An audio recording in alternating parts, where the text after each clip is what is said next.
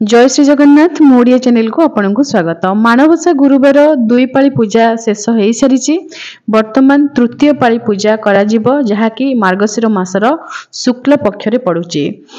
December 5 तारिख से दिन गुरुवार एवं माणवसा गुरुवार सहित से दिन गणेश चतुर्थी व्रत मध्य विनायक गणेश चतुर्थी बा विनायक चतुर्थी से दिन बहुत शुभ दिनटीए। से दिन शुभ काम आपन करि परिबे जेमति कि नामकरण अन्नप्राशन भूमि पूजा गृह आरंभ ए सब किछि जहाँ सब शुभ काम करा जाय थाए ए सब किछि आपन करि परिबे। शुक्ल पक्ष रे ही ए सब शुभ काम करा जाय थाए। जो माने गोटिए पाळी मान बसेबे सेमानक पई ए दिनटी बहुत भलो। ए गोटिए पाळी से माने मांगर पूजा करि परिबे। जो माने बसेई रखिबे से माने मध्य डिसेम्बर 5 तारिख रे ए तृतीय पाळी पूजा करी चतुर्थ पाळी जो शेष पाळीटी पडुची से दिन जाय मध्य मां को बसेई की रखिकी शेष पाळी पूजा करिकी तापर मां को उठेई परिबे। तृतीय पाळी रे मां को दधी कड़ी अन्न भोग लगी थाए जहाँ को आमर ओडिसा रे दही पखाला कहा जाए। तृतीय पाळी रे किपरि मान बसेइबे कलश स्थापना किपरि करिवे एवं केउ मंत्र रे मांकर पूजा करिवे ए सब किछि आज ए वीडियो रे आपन को कहिबे। प्रथमे ए वीडियो टी आपन देखंतु। एठी आपन पिंधिथिबा लुगार जो पणत कानी रहिला ताको आपन तळे एमिति पारी देबे बा तळे एमिति पकेई देबे। प्रथमे बाम हस्त रखिबे ता ऊपर दक्षिण हस्त रखिकी मथा लगेकी एई भली भाबरे मां लक्ष्मी को प्रणाम करिवे। एमिति प्रणाम करिबा हमर कुल पुरोहित मते सिखैथिले। देवादेवी को पाद को एमिति हाथ रे छंदी धरिकी प्रणाम करा जाय थाए।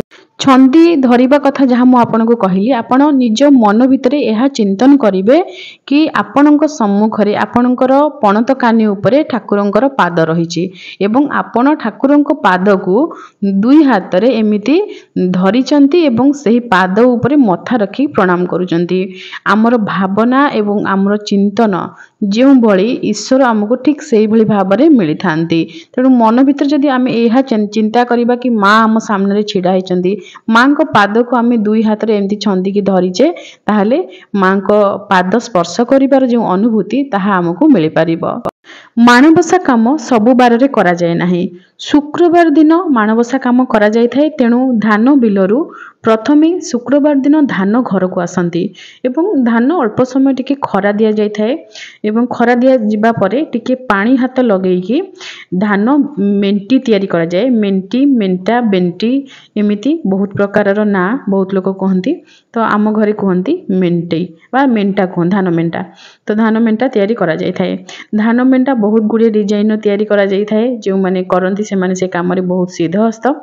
शुक्रवार दिन धान मेंटा तैयारी हे गला परे से धान मेंटा तैयारी हेला परे मध्य खरा दिया जानती जेमिति धान टिके भलो भाबरे सुखी जिबे। शुक्रवार परे शनिवार एवं रविवार दिन माण काम करा जाय नाही। सोमवार दिन माण काम करा जाय थाए। तेणु सोमवार दिन माण हांडी फिटा जाय थाए। मांकर सबुतक वस्त्र धुआ जाय कि सुखा जाय थाए जेमिति चढ़ई ता ऊपर बसिबे नाही घर भितर ही सुखा जाय थाए। पानिया ठारू आरंभ करी दर्पण माण एवं माण रे जो रही थाए हमर गौणी माण इत्यादि से सब किछि माटी रे गोबर रे लिपा जाय थाए। जदि बेत माण अछि नचेत पितल माण हेले से सब मजा धुआ हे कि परिष्कार भाबरे सुखा जाय थाए एवं सुखे कि से सब जिंस को रखी थांती सजाड़ी की जेहेतु आग को माण बसिबो। सोमवार परे मंगलवार दिन माण काम करा जाय नाही। पुणी आसला बुधवार। बुधवार दिन परिबा पत्र किणा हुए कारण बासी परिबा बा फ्रिज रे थिबा परिबा मां को भोग रे प्रयोग करा जाय नाही। अदा ठारू आरंभ करी तेजपत्र पर्यंत जहाँ जहाँ सब दरकार आपण जहाँ जहाँ भोग प्रस्तुत करिवे खेचुड़ी खीरी डालमा ए सब रे जहाँ जहाँ जिनिस सब पड़े सब जिनिस नुआ आसी थाए एवं ठाकुरंक पई जदि आपण फूल किनिकी आनुचंती किंबा दुब बरकोली पत्र आंब डाल आनुचंती ए सब जिनिस बुधवार दिन आसिके रही जाय थाए। फलमूल पणारे जदि किछि भोग लागिवो से सब सामग्री मध्य बुधवार दिन सजड़ा होइकी रही जाय थाए। सीधा सड़क कहबाकू गले बुधवार दिन ही सब काम करा जाय थाए। घर द्वार गोबर पानी रे लिपा पोछा हुए। घरे जेते पा पोछ जेते झाड़ू अछि से सब किछि धुआ पोछा हुए।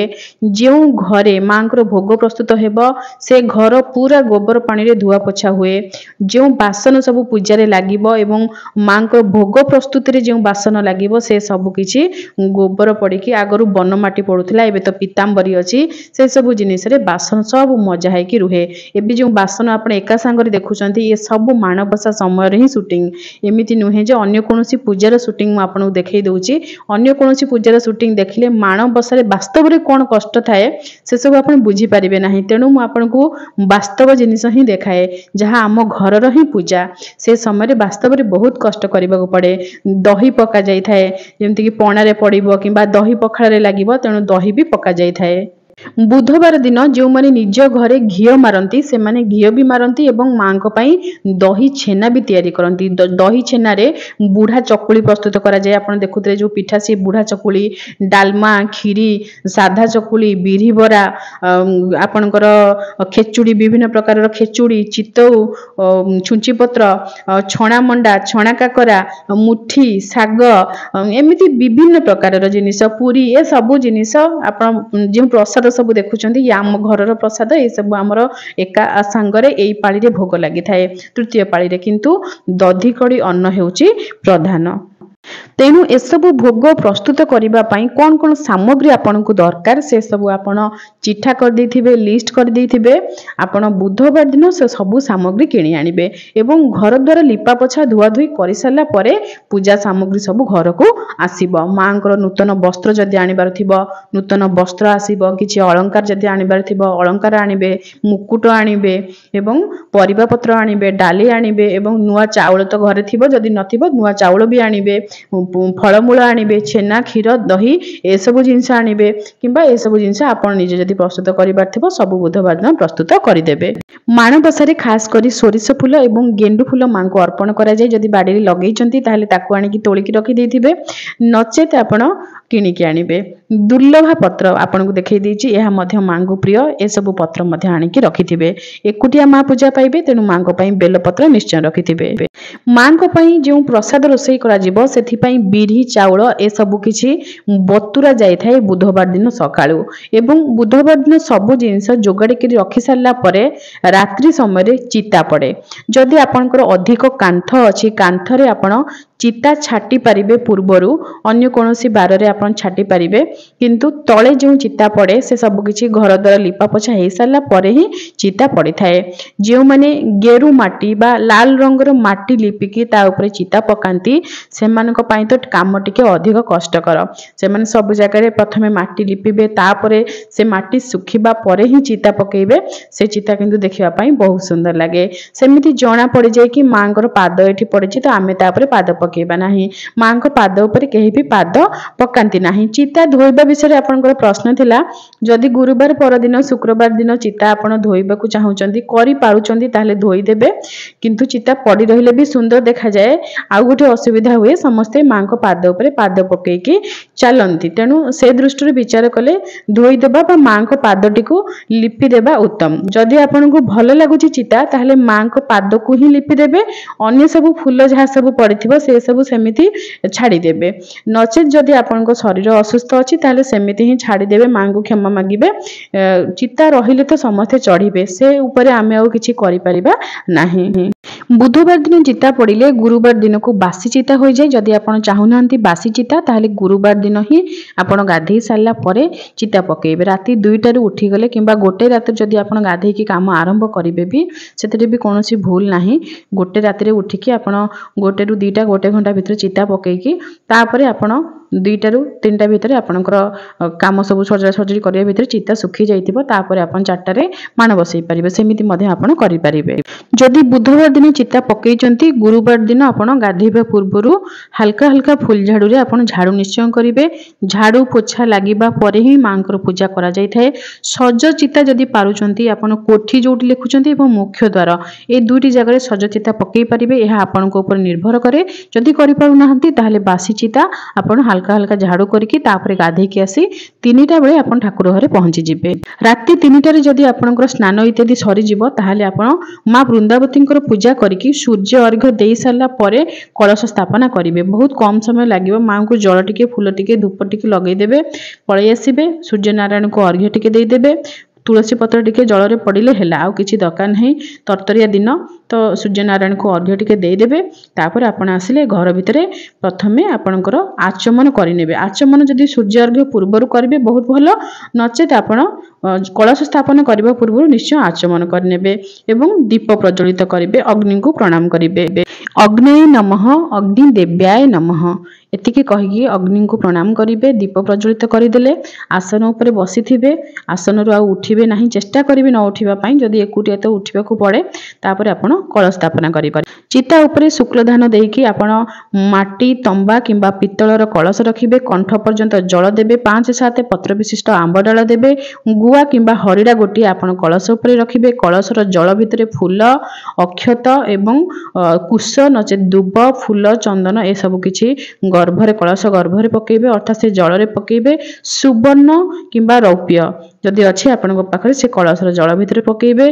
गणे नारायण रुद्रे अंबिके भास्करे तथा भिन्न भिन्न न कर्तव्य पंचदेव नमस्तुते। एही मंत्र रे पंचदेवता को आवाहन करके प्रणाम करके कलश स्थापना करेंगे। जदि मंत्र गाई पारिबे नाही पंचदेव नमस्तुते एतिकी कही कही कि आपण कलश स्थापना करेंगे। नचेत श्री गणेशाय नमः, श्री गणेशाय नमः, श्री गणेशाय नमः, श्री गणेश को आपण स्मरण करी करी कलश स्थापना मध्य करि पारिबे। कलश रे आपण धूप दीप रे आरती करदेबे एवं भोग लगेदेबे कलश पाखरे। कलश स्थापना हो गला तापर आपण मांकर जोठी चिता पकई थिबे, कोठी लेखि थिबे, सेही कोठी उपरे मांकर खटुली रखिबे। पित्तल किंबा काठ खटुली रे ही मांकर आपण माण बसैबे। लुहा कंटा पिटा जाई नथिबा खटुली रो व्यवहार करिवे। काठ खटुली रे लुहा कंटा जेंती नथिबो सेही खटुली रे चिता, सिंदूर, हळदी ए सब पूर्वरु आपण लगेई देथिबे।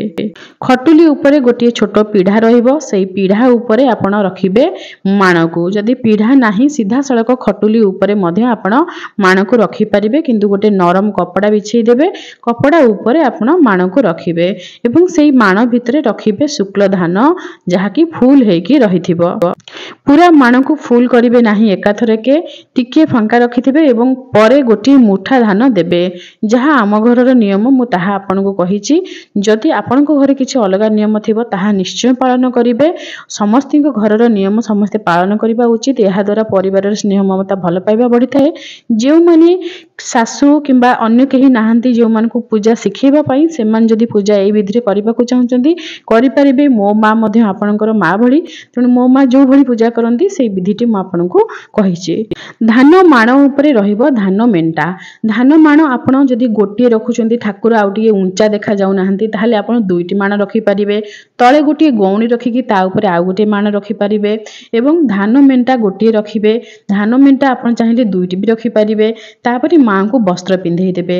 मां को गाढ़ा रंगर वस्त्र परिवर्ते हल्का रंगर, फिका रंगर वस्त्र पिंधे। फिका रंग कहले हल्का रंग, जहा कि अधिक जेमति कि नील किंबा कला, अधिक गाढ़ा सबुज एमिति आपण रंग पिंधेबे नाही। सबुठारु भल रंग मांग पई हळदिया एवं धळा, एही दुईटी रंग आपण मां को पिंधेले मां अत्यंत प्रीत होंती। एही दुईटी रंगर पुष्प मध्य मां को अर्पण निश्चय करिवे।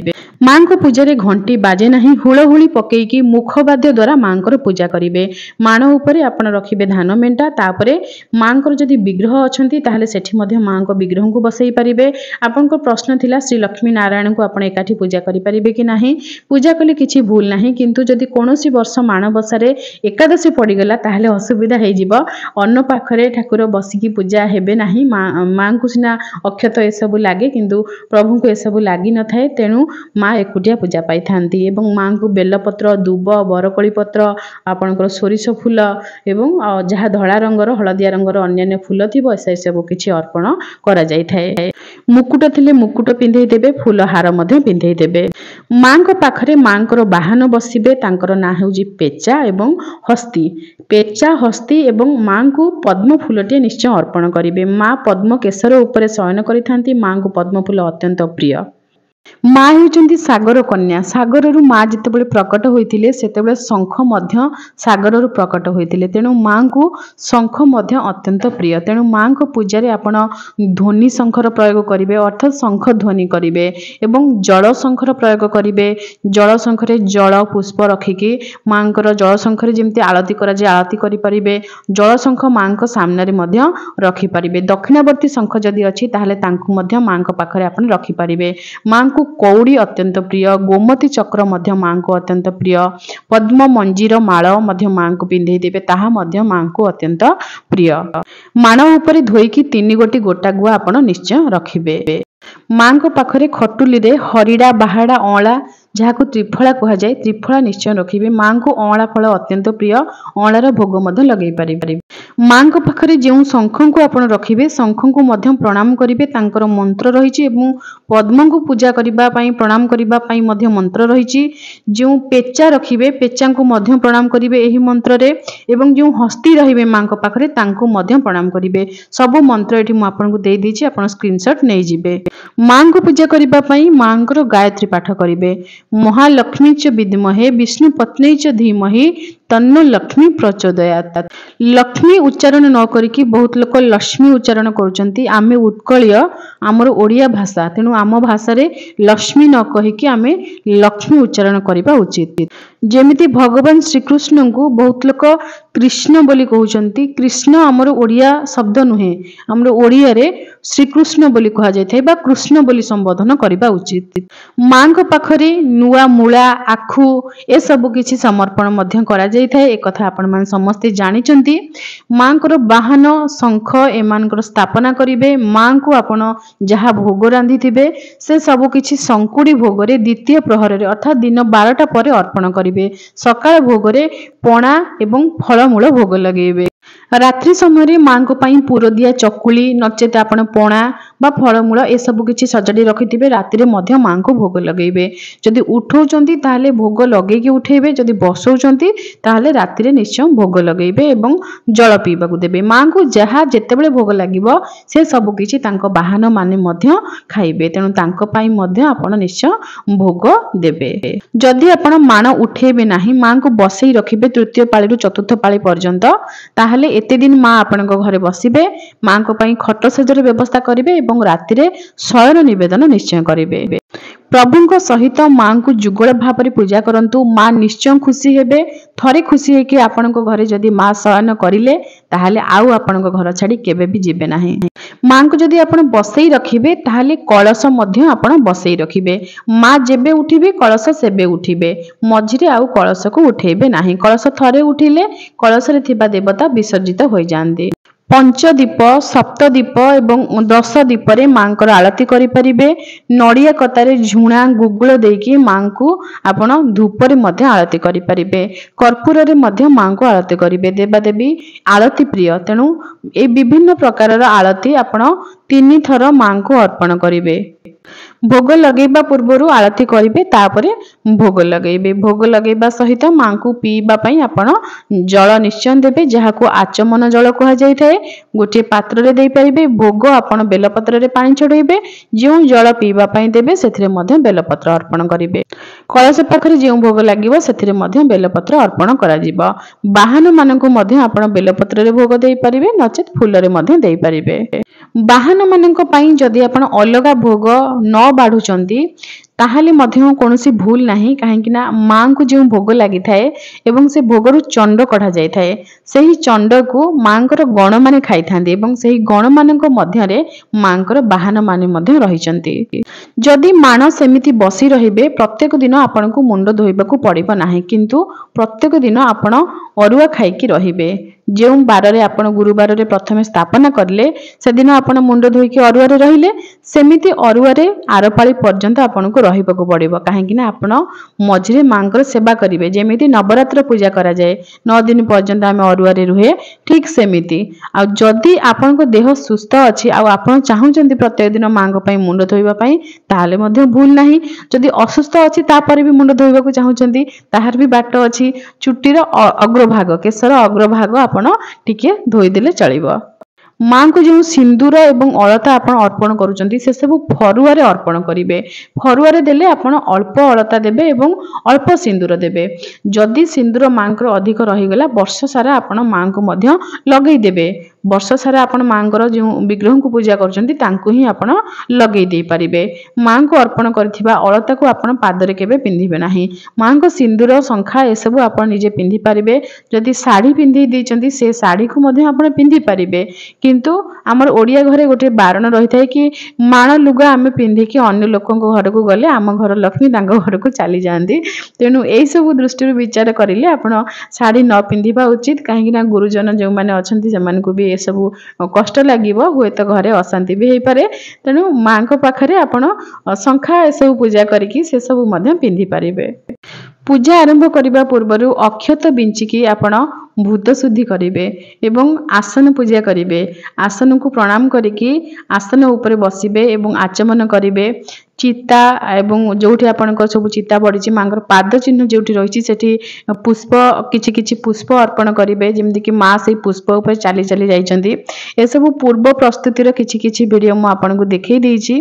जहाँ सब आपण मानकर प्रश्न रही से समस्त प्रश्नर उत्तर रे 3 वर्ष पूर्व 4 वर्ष पूर्व मु वीडियो शेयर कर सारी से सब पुराना वीडियो जदि आपण माने देखि नेबे आपण मानकर बहुत प्रश्नर उत्तर आपण मानको मिली जिवो। जो महिला माने बाहर रहउचंती से मानकर साही पड़िसा बा निजर कुटुंब कहिले केही तांको पाखरे नाहंती। घरे अन्य केही महिला नाहंती जे कि तांकर ऋतुस्राव समय माण बसई पारिबे बा मांकर पूजा करि पारिबे। से महिला माने तांकर ऋतुस्रावर समय जेतेबेले नाही जे पाळी रे नाही सेही पाळी रे मां को जदि स्थापना करि देबे ताहाले घरे जो पुरुष माने अछंती बा छोट पिला माने अछंती से माने मध्य गोटे सप्ताह मां को फूल धूप भोग टिके देकी पूजा करुथिबे। जेमिति आपनकर 6 दिन हे जिवो तापरे आपण मांकर पुनी पूजा करि परिबे। यह गोटे सरल समाधान जो महिला माने एकुटिया रहउचंती से मानक पई। शुक्ल पक्षर जो 2 पाली मांकर पूजा रहुची से 2 पाली आपण चाहिले मां को सेमिति स्थापना करके रखि पारिबे। जदि बारंबार उठेकी आपण बसैबाकू चाहुनांती किंबा उठेइले आर पाली को आपनकर असुविधा हे जिवो आ केही मां को बसैबाकू नाहंती। आशा करूची वीडियो सहायकारी होइथिबो। रहउची जय श्री जगन्नाथ।